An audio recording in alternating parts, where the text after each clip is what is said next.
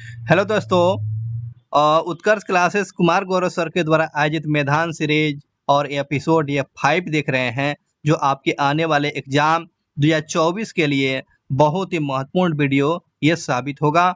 और ये handwriting notes में है। हैंडराइटिंग नोट्स में सारा चीज आपको प्रोवाइड किया जा रहा है आपके इस चैनल पर। तो चलिए दोस्तों, आपको बोलेंगे 2 लाइन कि वो मंजिलें भी सर झुका देगी, कि वो मंजिलें भी सर झुका देगी।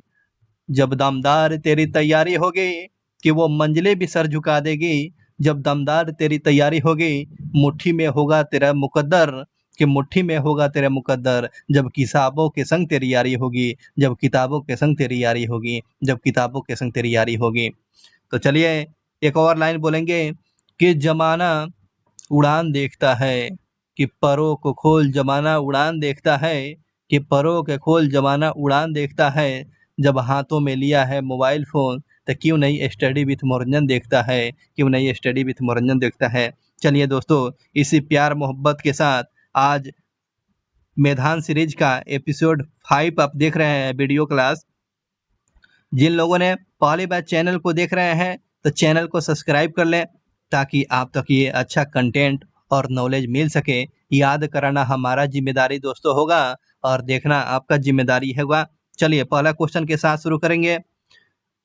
कोशिका के केंद्रक की खोज किसके द्वारा किया गया था? देखेंगे ये कोशिका में केंद्रक का खोज पूछ रहा है, यह किसके द्वारा किया गया था? रॉबर्ट ब्राउन के द्वारा इसकी खोज किया गया था।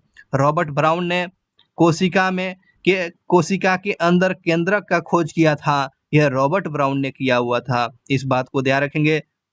अगले क्वेश्चन की बात करते हैं। कोशिका की खोज किसने किया था? तो कोशिका का खोज रॉबर्ट हुक के द्वारा किया गया था। रॉबर्ट हुक ने, यह आपको ध्यान रखेंगे, कोशिका का खोज किया था, लेकिन कोशिका के अंदर केंद्रक का खोज आपको रॉबर्ट ब्राउन ने किया था। रॉबर्ट ब्राउन ने किया था। यह दोनों नाम अलग अलग वैज्ञानिक का नाम है। अब बातें करते हैं कि जीवित कोशिका का खोज। जीवित कोशिका का खोज आपको एंटेनो वान लीवनहॉक के द्वारा आपको जीवित कोशिका का खोज किया गया था। जीवित कोशिका का खोज पूछेगा दोस्त, तो एंटेनियो वान लीवनहॉक के द्वारा जीवित कोशिका का खोज किया गया था। वहीं मृत कोशिका के बारे में पूछेगा, इसका खोज कौन किया था? रॉबर्ट हुक ने किया हुआ था।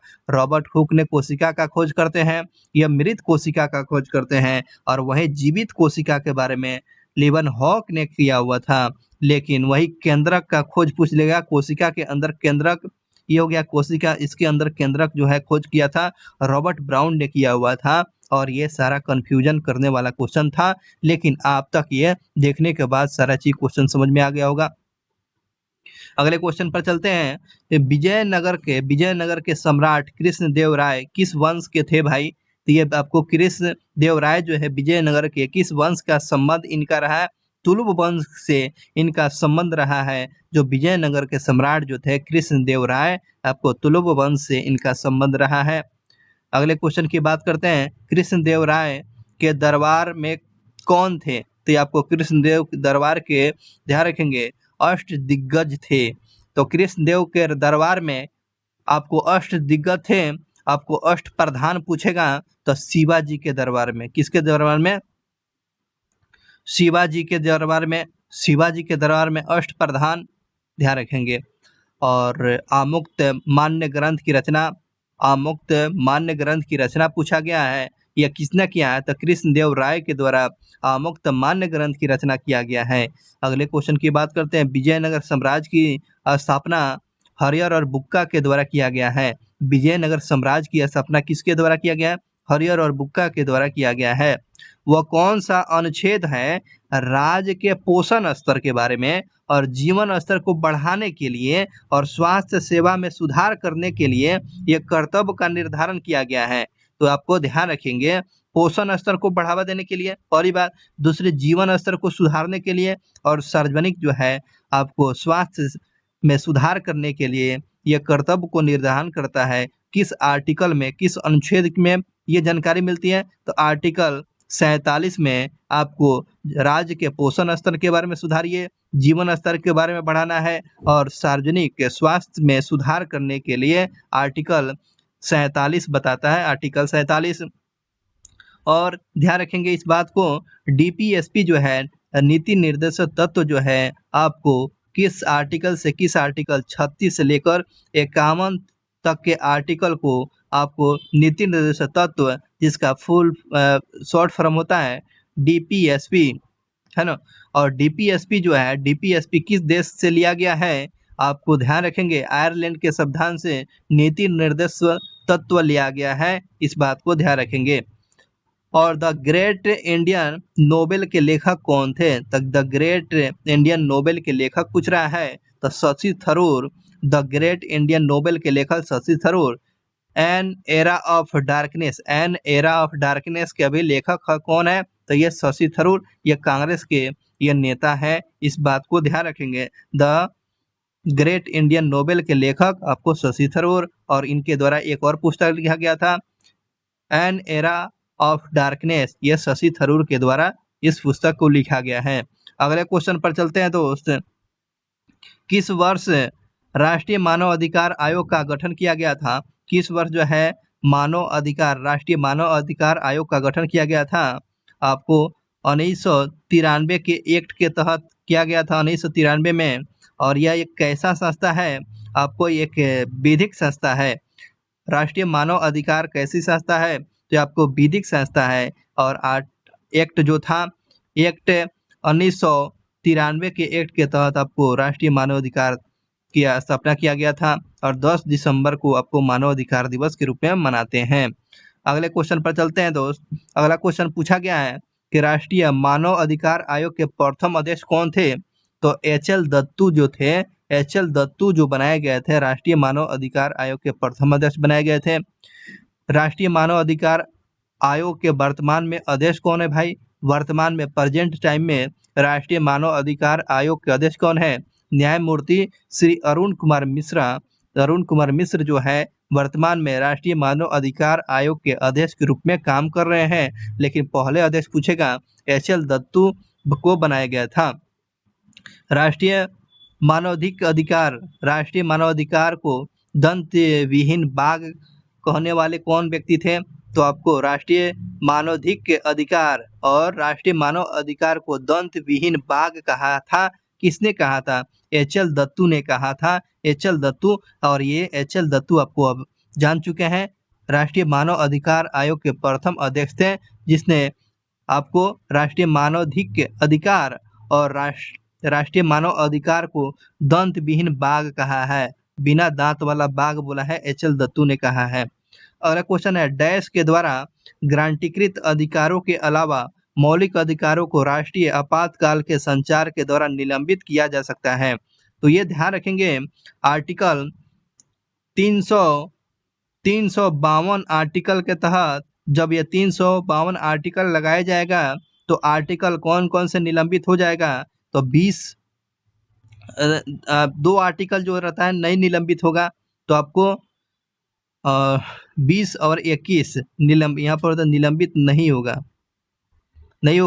क्योंकि 20 और 21 जो है आपको 21 क्या, आपको जीवन जीने का अधिकार है, और किसी व्यक्ति को मतलब कि सजा हुआ है तो सजा को थोड़े माफ किया जा सकता है, तो इसलिए आपको निलंबित नहीं किया जा सकता है। जब आर्टिकल 352 लगता है तो 2 आर्टिकल जो है खत्म नहीं होता है, 2 आर्टिकल ये समाप्त नहीं होता है, क्योंकि 20 में आपको किसी एक अपराध के लिए या किसी अपराध के लिए आपको सजा हुआ है उसके बारे में बताता है, और 21 तो आपको जीवन जीने का अधिकार है। तो आर्टिकल 352 लगेगा तो आपको जीवन जीने का अधिकार छीन लिया जाएगा, आपको 5 साल की सजा जो हुआ है तो आपको छोड़ दिया जाएगा, जेल की सजा जो हुआ है बिल्कुल नहीं छोड़ा जाएगा। इसलिए आर्टिकल 20 और 21 जो होता है आपातकाल के दौरान यह समाप्त नहीं होता है दोस्त। आर्टिकल 352 को लागू करने के लिए 3 आधार है, कौन कौन से, आर्टिकल 352 जब आपातकाल लगेगा तो 3 आधार है। पहला आधार क्या है, अशांति, दूसरा अधिकार को आधार कौन है, युद्ध है, और तीसरा आधार जो है आक्रमण। और ये तीनों आधार पर कौन सा आर्टिकल का प्रयोग कर सकते हैं, 352 आर्टिकल को आपातकाल के आधार पर लगाया जा सकता है देश में। अगले क्वेश्चन की बात करते हैं। वर्तमान में आर्टिकल 352 को लागू करने के 3 आधार, तो ये आपको ध्यान रखेंगे। सशस्त्र विद्रोह, आपको ध्यान रखेंगे सशस्त्र विद्रोह, या 44वां अमेंडमेंट जो है 1978 के द्वारा, ये आपको सशस्त्र विद्रोह है ना, सशस्त्र विद्रोह को कर दिया गया। और उसके बाद युद्ध को और बा आक्रमण को। आप ध्यान रखेंगे दोस्त, आपको समझ में बात आनी चाहिए। यह सशस्त्र विद्रोह जो है 44वां अमेंडमेंट 1978 के द्वारा जो किया गया था, और यही जो अशांति जो था, अशांति के जगह पर सशस्त्र विद्रोह का प्रयोग कर दिया गया था। कौन सा अमेंडमेंट? 44वां अमेंडमेंट अमेंडमेंट 1978 के द्वारा अब यह शांति वाला जो बंद किया जाता है, तो सशस्त्र विद्रोह 44वां अमेंडमेंट 1978 के द्वारा। अगले क्वेश्चन पर चलेंगे कि आर्टिकल 352 भारत के इतिहास में अब तक कितना बार लगा हुआ है? तो आर्टिकल 352 जो है अब तक ले देश में कितना बार लगा है? तो 3 बार लगा हुआ है, 3 बार लगा हुआ है। नेक्स्ट क्वेश्चन की बात करते हैं कि अभिनव बिंद्रा किस ओलंपिक में पुरुष के 10 मीटर के एयर राइफल निशानेबाजी में स्वर्ण पदक जीता हुआ था? तो ये आपको ध्यान रखना है, अभिनव बिंद्रा, ये आपको शूटिंग से संबंध है। तो ये आपको 10 मीटर एयर राइफल में निशानेबाजी में गोल्ड मेडल जीता हुआ था। तो ये कब जीता हुआ था? बीजिंग ओलंपिक 2008 में जीता हुआ था। ये इनका संबंध किससे है? तो शूटिंग से अभिनव बिंद्रा का संबंध है। और बीजिंग ओलंपिक 2008 में 10 मीटर एयर राइफल में इसने गोल्ड मेडल जीता हुआ था, गोल्ड मेडल। अगले क्वेश्चन की बात करते हैं। सेकंड टोक्यो ओलंपिक में भाला फेंक में नीरज चोपड़ा ने गोल्ड मेडल जीता हुआ था, जीतने वाले थे। तो यह सेकंड ओलंपिक टोक्यो ओलंपिक में भाला फेंक, तो भाला फेंक कौन किसके संबंध था? भाला फेंक आपको नीरज चोपड़ा, और गोल्डन बॉय के नाम से नीरज चोपड़ा को जाना जाता है। और यह आपको टोक्यो ओलंपिक में गोल्ड मेडल जीते हुए थे। अगले क्वेश्चन की बात करते हैं। सितारा देवी भारत के किस नृत्य की नृत्यांगना है? तो सितारा देवी जो है कौन सा नृत्य करती है भैया? तो सितारा देवी आपको कथक नृत्य करती है। सितारा देवी का संबंध किस नृत्य से है? तो ये आपको कथक से संबंध है, कथक से। अगले क्वेश्चन की बात करते हैं। किसने प्रसिद्ध शब्द one cast, one religion, one God for all man, अब इसका मतलब क्या हो गया? सभी लोगों के लिए एक मानव, एक धर्म, एक भगवान कहने वाले कौन व्यक्ति थे? तो श्री नारायण गुरु थे। श्री नारायण गुरु जो थे, एक जाति, एक धर्म, एक भगवान का यह बात किसने बोला हुआ था? यह किसका शब्द है? तो ये आपको श्री नारायण गुरु का है, श्री नारायण गुरु का है। इस बात को ध्यान रखेंगे, श्री नारायण गुरु का। अगले क्वेश्चन की बात करते हैं दोस्त कि भारतीय संविधान के आर्टिकल 50 के बारे में उल्लेखित किया गया है। चलिए आर्टिकल 50 के बारे में क्या बताया गया है? तो आर्टिकल 50 के बारे में कार्यपालिका को न्यायपालिका से अलग कर दिया गया।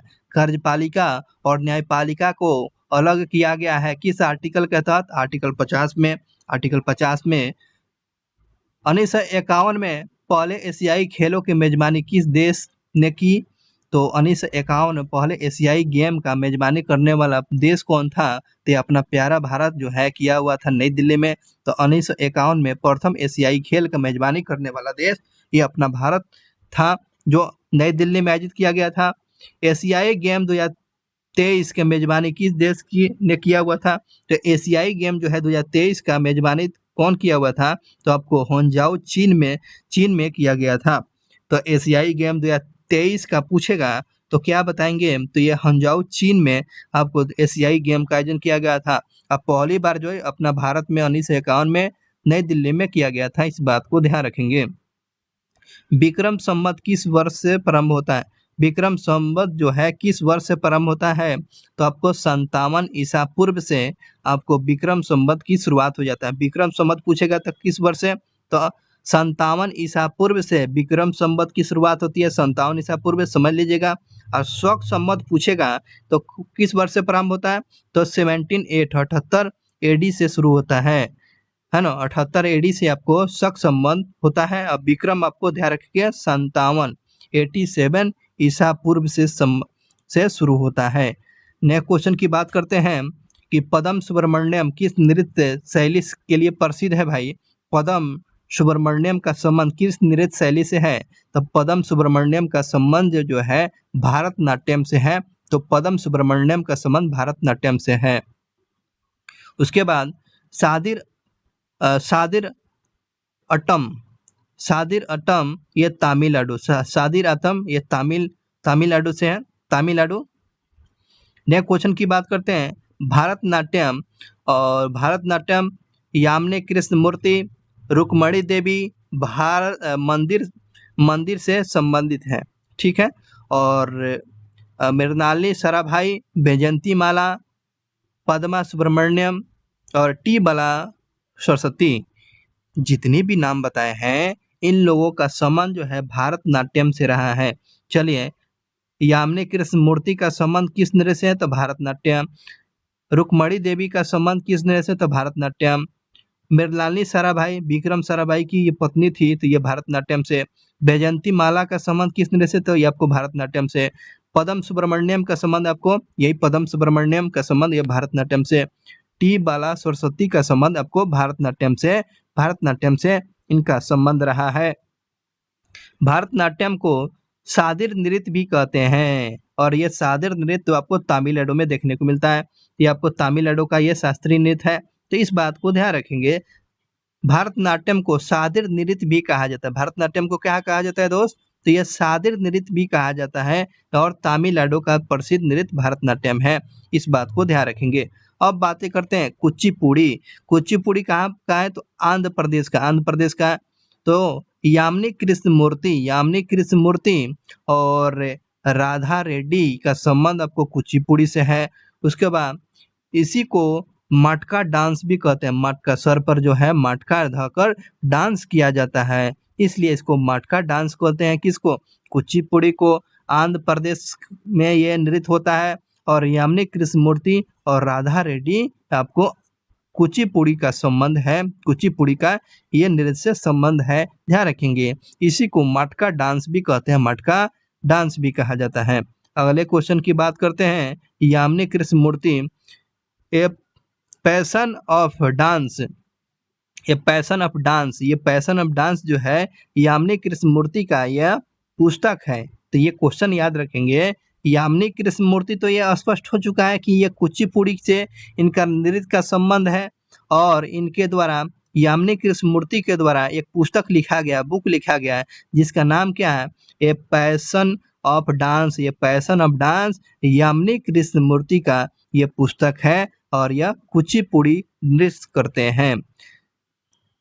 सतारिया, और यह सतारिया जो है 2000 में ये नवीनतम ये नृत्य है। ये सतारिया कहाँ का। असम का नृत्य है भाई, और ये क्वेश्चन पूछे भी जाते हैं सतारिया कहाँ का नृत्य है, और ये असम का है, और इसको ये सबसे नवीनतम है। कब। 2000 से ये नृत्य जो है सामने आया। और सतारिया जो नृत्य का संबंध जो है आचार्य श्रीमंत शंकर देव जो है, आचार्य श्रीमंत शंकर देव का संबंध किस नृत्य से है। तो आपको सतारिया नृत्य से है, और यह नवीनतम नृत्य 2000 से ये शुरू हुआ है। यह आंध्र प्रदेश असम नृत्य का है सतारिया। अगले क्वेश्चन की बात करते हैं। ओडिसी, ये आपको उड़ीसा का नृत्य है, ओडिसी। और ध्यान रखेंगे ओडिसी से नृत्य से संबंध रखने वाले व्यक्ति कौन। माधवी मुद्गल, केलुचरण महापात्रा ओडिसी से संबंध है।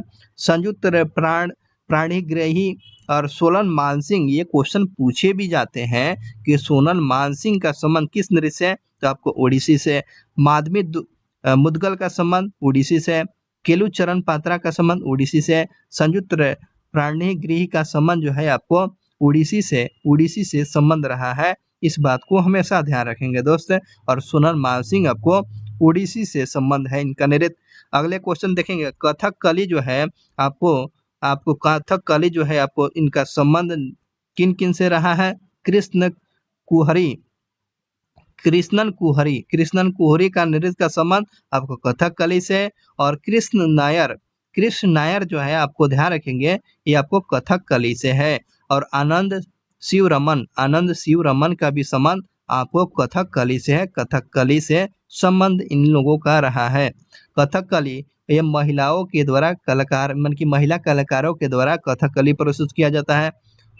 महिला कलाकार में सॉरी महिला कलाकार में जो ध्यान रखेंगे कथकली में आपको ध्यान रखेंगे कौन सी महिला है तो रीता गांगुली। रीता गांगुली किस नृत्य का संबंध है जो आपको कथकली में, तो ये कथकली जो है महिला कलाकार में कौन सा तो रीता गांगुली। और इस प्रकार कथकली में कौन सा कृष्ण कुहरी, कृष्ण नायर, आनंद शिवरमन, ये सब कथकली से संबंध रहा है। अब बात करते हैं ये कथकली था लेकिन अब कथक की बात है, कौन सा कथक, कथक से संबंध रखने वाला तो पंडित बिरजू महाराज का संबंध आपको कथक से है। और उसके बाद लच्छू महाराज और अच्छन महाराज और सितारा देवी ये आपको कथक से संबंध रखने वाला है। तो आपको पंडित बिरजू महाराज किससे संबंध है तो ये कथक से, लच्छू महाराज, अच्छन महाराज और सितारा देवी इस बात को ध्यान रखेंगे कथक से है, कथक से। और ये क्वेश्चन पूछा जाता है। चलिए अगले क्वेश्चन पर बात करते हैं। उसके बाद कथक से संबंध रखेंगे जयपुर घराना आपको कथक से है, लखनऊ घराना कथक से है, बनारस घराना यह कथक से है। कथक से कौन कौन सा घराना दोस्त तो आपको जयपुर घराना, लखनऊ घराना, बनारस घराना यह कथक से संबंध रखने वाला राज्य है, मन की घराना है। बात करते हैं मणिपुरी नृत्य। मणिपुरी जो है मणिपुर का है।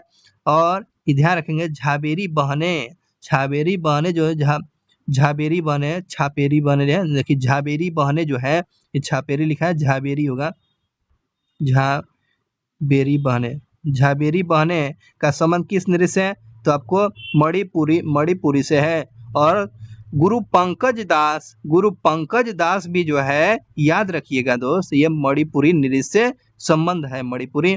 मोहिनी अट्टम की बात करते हैं। मोहिनी अट्टम जो है आप इस कलाकार में चलिए याद करते हैं कल्याणी अम्मा का संबंध आपको मोहिनी अट्टम। हेमा मालिनी ये जो है हेमा मालिनी का संबंध मोहिनी अट्टम से है। और श्री देवी का संबंध आपको मोहिनी अट्टम से है। भारती शिवाजी, हेमा मालिनी, श्री देवी ये एक्ट्रेस रही है, कल्याणी अम्मा ये मोहिनी अट्टम का ये नृत्य करती हैं। चलिए आगे बात करते हैं कनन रिले का फेमस नृत्य। कनन रिले का फेमस नृत्य कौन सा है तो आपको मोहिनी अट्टम है। कनन रिले का फेमस नृत्य कौन सा है तो ये आपको मोहिनी अट्टम है, मोहिनी अट्टम। भारतीय संविधान में समवर्ती सूची की अवधारणा किस देश से लिया गया भाई? ये समवर्ती सूची जो है किस देश से लिया गया है तो ऑस्ट्रेलिया से ये समवर्ती सूची लिया गया है। और समवर्ती सूची पर कानून कौन बना सकते हैं? केंद्र सरकार और राज्य सरकार दोनों सरकारें समवर्ती सूची पर कानून बना सकते हैं। लेकिन किस देश से लिया गया है तो ऑस्ट्रेलिया से लिया गया है, ऑस्ट्रेलिया से समवर्ती सूची लिया गया है। इस बात को हमेशा ध्यान रखेंगे। अगले क्वेश्चन देखेंगे पश्चिम बंगाल में औस, अमन और बोरो शब्द किस फसल के लिए किया जाता है प्रयोग? तो आपको औस शब्द आपको चावल के लिए पश्चिम बंगाल में, अमन शब्द है जो है पश्चिम बंगाल में, और बोरा शब्द जो है आपको पश्चिम बंगाल में। औस, अमन, बोरा शब्द जो है ये किस फसल के लिए प्रयोग किया जाता है तो ये चावल के लिए। और पश्चिम बंगाल सबसे ज्यादा चावल के उत्पादक राज्य है। भारतीय संविधान के आर्टिकल 18 के अनुसार राज्य के द्वारा किस प्रकार की उपाधि प्रदान की जा सकती है? तो ध्यान रखेंगे उपाधियों का अंत आर्टिकल 18 में है। लेकिन अच्छा क्वेश्चन ये है कि राज्य सरकार के द्वारा कौन से उपाधि प्रदान किसी व्यक्ति को कर सकते हैं? तो सेना और विद्या की उपाधियों का के अंत की जिक्र किया गया है। सेना और विद्या के क्षेत्र में आपको आर्टिकल 18 के बारे में बताया गया, आर्टिकल 18 में। अगले क्वेश्चन की बात करते हैं गुप्त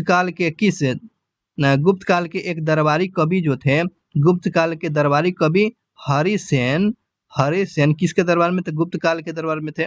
तब बात करते हैं तो हरिसेन अपने संरक्षण के सैन्य कारनामों का एक शानदार विवरण लिखा है। और उनका संरक्षण कौन था? ये समुद्रगुप्त था।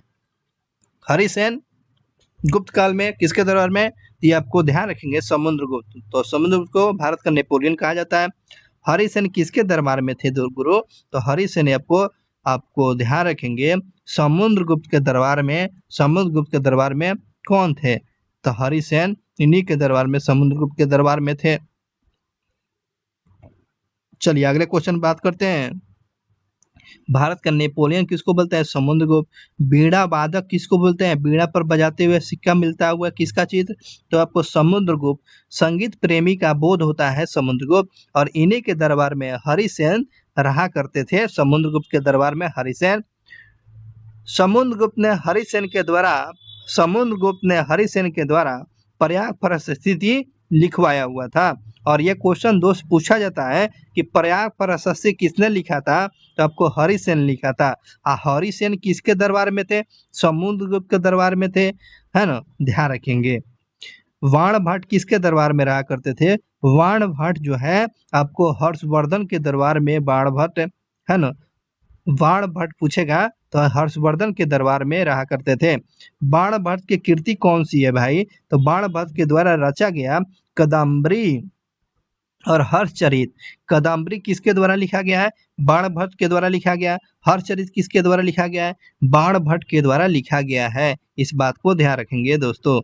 अगले क्वेश्चन की बात करते हैं। भारतीय संविधान के आर्टिकल में, किस आर्टिकल में वित्त आयोग की चर्चा किया गया है, वित्त आयोग के प्रावधान किया गया है, तो वित्त आयोग की जो है 280 में किया गया है। 280 में आर्टिकल में क्या बताया गया है भाई, तो 280 में आपको वित्त आयोग के बारे में जानकारी हमें 280 आर्टिकल से मिलती है।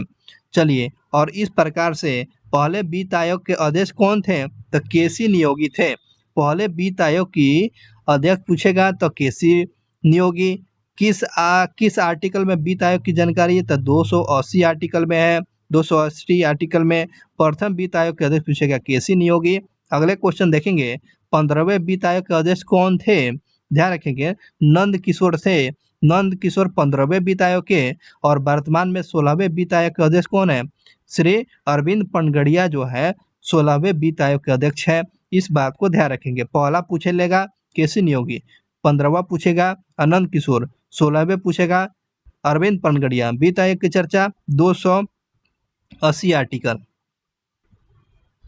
राज्य वित्त आयोग पंचायत के लिए अलग होता है। तो राज्य वित्त आयोग जो है पंचायत के लिए अलग होता है, जिसकी जानकारी जो है आर्टिकल 243 के सब आर्टिकल 1 में बताया गया है। तो राज्य वित्त आयोग जो है पंचायत के लिए अलग होगा, जिसकी जानकारी 243 के सब आर्टिकल 1 में बताया गया है। सब आर्टिकल 1 में बताया गया है। राज्य वित्त आयोग नगर पालिका के लिए अलग होगा, जिसकी जानकारी हमें 243 के वाई में बताया गया है। 243 के वाई में क्या बताया गया है, तो राज्य वित्त आयोग के बारे में नगर पालिका के लिए राज्य वित्त आयोग नगर पालिका के लिए अलग होगा, जिसकी जानकारी 243 के वाई में बताया गया है। और पंचायत में पूछेगा, हाँ मतलब कि ये 1 नहीं होगा, आई होगा। 243 के आई में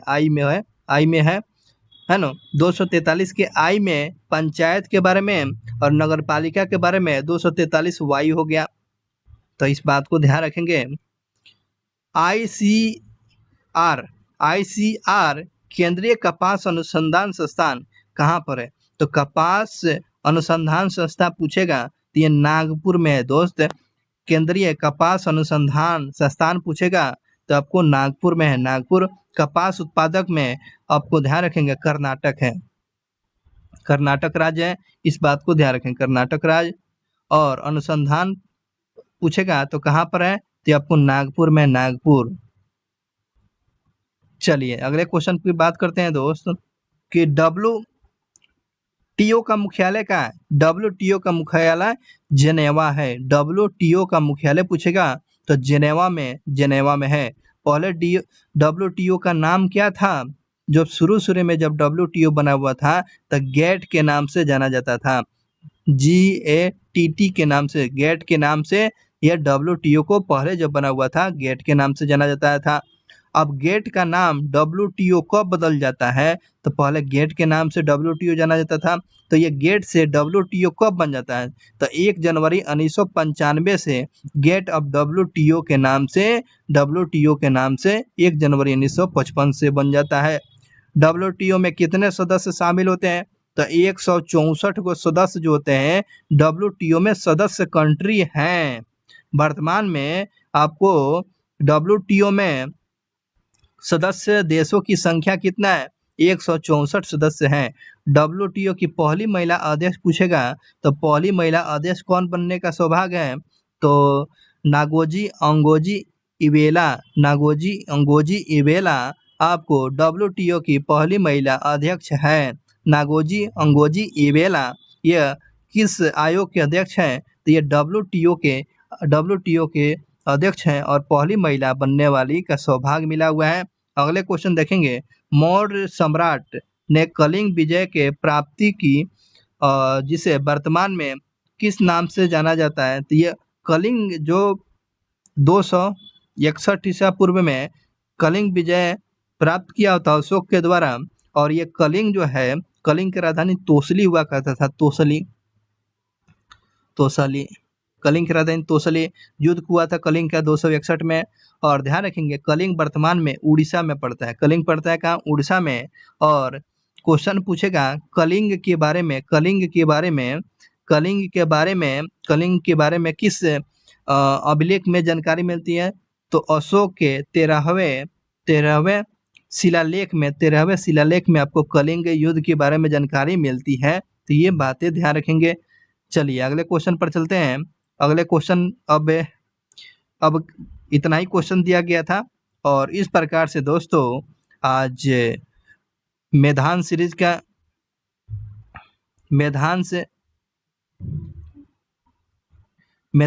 का ये 5वां एपिसोड था। 5वां एपिसोड देख रहे थे। 5वां एपिसोड द एंड होता है, एंड हुआ, समाप्त होता है।